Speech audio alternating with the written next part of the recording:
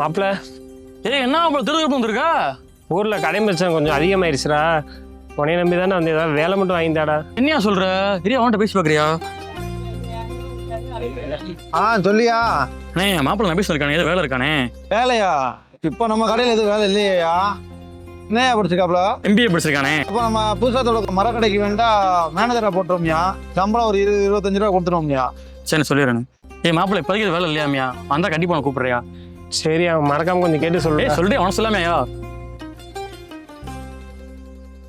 ஏய் இவன் எப்போ ஃபோன் பண்றான்? மாப்பிள்ள சொல்லியா?